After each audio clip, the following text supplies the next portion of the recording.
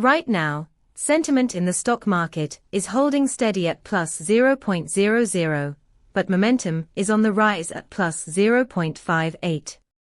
This is noteworthy because it indicates a divergence between sentiment and momentum. Typically, we see these metrics move in tandem.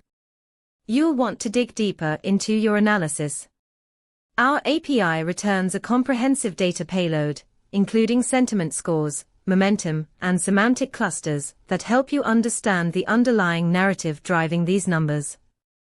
A practical use case.